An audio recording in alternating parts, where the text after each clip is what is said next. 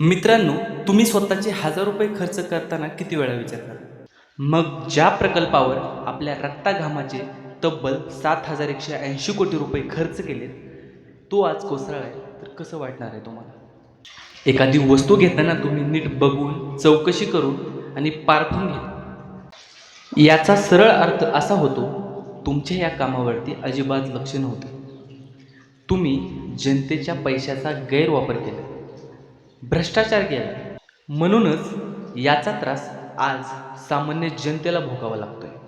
आता जनतेला जाब हवा आहे, तर काय सांगणार तुम्ही ह्या जनतेला?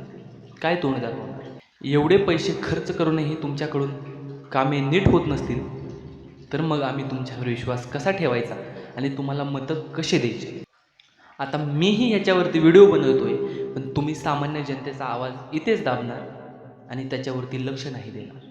कारण अख्खा सोशल मीडिया तुम्ही खरेदी करून ठेवला आहे. तुमच्याबद्दल जो चांगलं बोलेल त्याचाच व्हिडिओ तुम्ही समोर घेऊन जाणार आणि आमच्यासारख्याचे व्हिडिओ तुम्ही असे दाबणार.